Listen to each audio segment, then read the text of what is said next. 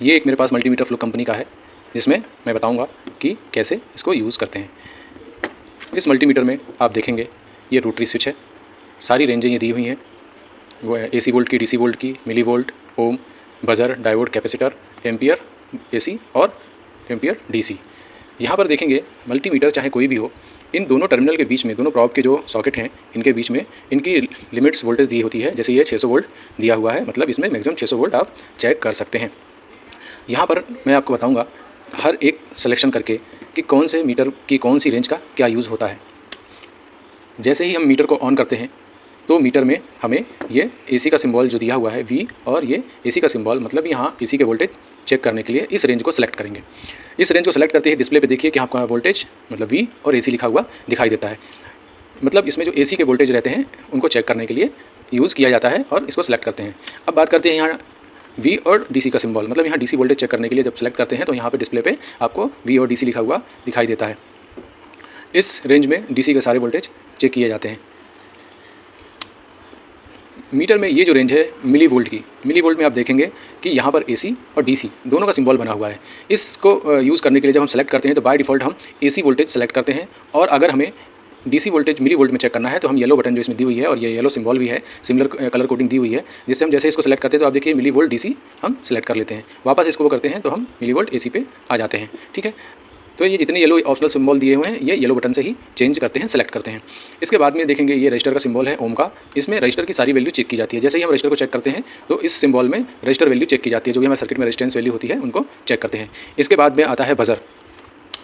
ये देखिए आप बज़र का सिंबल है, और जब इसमें प्रॉब को आपस में ये देखिए टच करते हैं तो इस टाइप की बज़र सुनाई देती है। इसका यूज़ जो होता है वो बताना चाहूँगा। ये यूज़ जो है शॉर्ट सर्किट, कंटिन्यूटी और बाकी चीज़ों को चेक करने के लिए किया जाता है।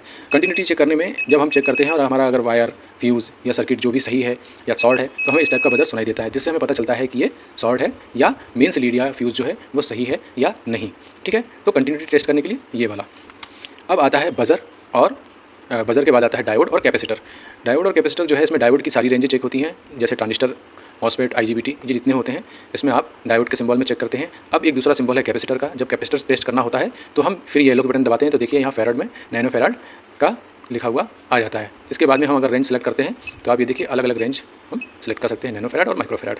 ठीक है, वापस अगर हमें डायोड पे जाना है तो ये देखिए डायोड, और यहाँ पे जो वोल्टेज के फॉर्म में दिखाता है कि ये डायोड में से जो वेरियर वोल्टेज है या जो भी वोल्टेज है वो कैसे दिखाई देते हैं। तो जब डायोड टेस्ट करते हैं तो यहाँ भी चेक कर सकते हैं, और रजिस्टर वैल्यू में भी डायोड की टेस्टिंग की जा सकती है। यहाँ पर सिंबल दिया है डायोड चेक करने के लिए, तो हम इसमें डायोड को वोल्टेज के फॉर्म में रिजल्ट को देखते हैं। ठीक है, अब बात आती है एम्पियर की। तो यहाँ पर जो AC और DC एम्पियर दिए हुए हैं तो ये देखेंगे जो रेड प्रॉब यहाँ लगी हुई है इसमें वोल्टेज, ओम, बज़र और कैपेसिटर, डायोड सारे सिंबल यहाँ दिए हुए हैं। मतलब ये सारी रेंज चेक करने के लिए जो दिया हुआ है, ये सारी रेंज चेक करने के लिए हमें प्रॉब को यहाँ लगाना है। और जब हमें एम्पियर चेक करना है तो ये देखिए यहाँ पे A लिखा हुआ है और ये A लिखा हुआ है, 10 एम्पियर इसकी मैक्सिमम कैपेसिटी है। इसमें हम इस प्रॉब को लगा देते हैं। लगाने के बाद में जब हमें एम्पियर चेक करना होता है तो ये देखिए AC के एम्पियर चेक करेंगे। ठीक है, AC के एम्पियर चेक करने में हम जो है इसको सीरीज़ में लगाते हैं, और जो भी हमारा सोर्स और लोड होता है उसके बीच में वो कितना करंट कंज्यूम कर रहा है AC वो बताता है। सेम ही हमारा DC में होता है। DC में भी हम क्या करते हैं कि इसको सीरीज़ में लगाते हैं, मीटर को, एम्पियर मीटर हमेशा सीरीज़ में लगाते हैं। और जो लोग यूज़ करते हैं या जो कि टेक्निकल लोग हैं जिनके लिए मैं ये वीडियो बना रहा हूँ वो जानते हैं कि एम्पियर मीटर सीरीज़ में लगा के करंट को चेक किया जाता है। तो कोई भी इंस्ट्रूमेंट है सोर्स और लोड के बीच में कितना करंट कंज्यूम कर रहा है ये हम इस मीटर के थ्रू चेक कर सकते हैं। ठीक है, वापस हम इसको यूज़ होने के बाद में यहाँ कर देते हैं। अब बात आती है इस मीटर के अंदर बाकी बटनों की। तो जो भी हम चेक कर रहे हैं उसको चेक करने में अगर हमें उसको नोट डाउन करना है या थोड़ी देर होल्ड करके रखना है तो अगर हम होल्ड बटन प्रेस करते हैं तो वो फ्रीज हो जाता है स्क्रीन पे जो भी डिजिट रहते हैं, और हम बाद में उसको नोट करके इसको अनहोल्ड कर सकते हैं। ये रेंज जो है मिनिमम मैक्सिमम सेलेक्ट करने के लिए है। ये देखिए आप मैनुअली रेंज को सिलेक्ट कर सकते हैं, पर ये मीटर ऑटोमेटिक है, आपकी जो रेंज है वो ऑटोमेटिक सेलेक्ट करता है, इसलिए हमें ज़्यादा ये करने की ज़रूरत नहीं पड़ती है।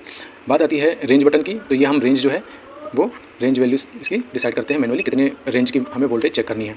येलो बटन में बताया जितने भी ऑप्शनल येलो सिंबल आपको दिख रहे हैं इनको ऑप्शनल सेलेक्ट करने के लिए इस बटन को प्रेस करते हैं तो ये ऑप्शनल सिलेक्शन होता है। अब बात करते हैं इस बटन की। अगर आप अंधेरे में कहीं काम कर रहे हैं और वहाँ रोशनी नहीं है और मान लीजिए कि हमें देखने में सुविधा हो रही है, जो भी नोट डाउन करना है या जो भी हम रिजल्ट देख रहे हैं, तो डिस्प्ले के अंदर लाइट होती है। ठीक है, अब बात करते हैं इस प्रॉप की। प्रॉप के अंदर कई लोग गलती करते हैं कि आपकी फिंगर यहाँ तक लाकर किसी भी चीज़ को चेक करते हैं। आपको इस रिंग के जो भी रिंगें बनी हैं दोनों में, इस रिंग के बाहर आपको फिंगर को नहीं ले जाना है, आपको इस तरह इसको पकड़ना है और पकड़ने के बाद ही टेस्टिंग करनी है। ठीक है, अब इस मीटर की यूज़ के बारे में मैंने जो आपको बताया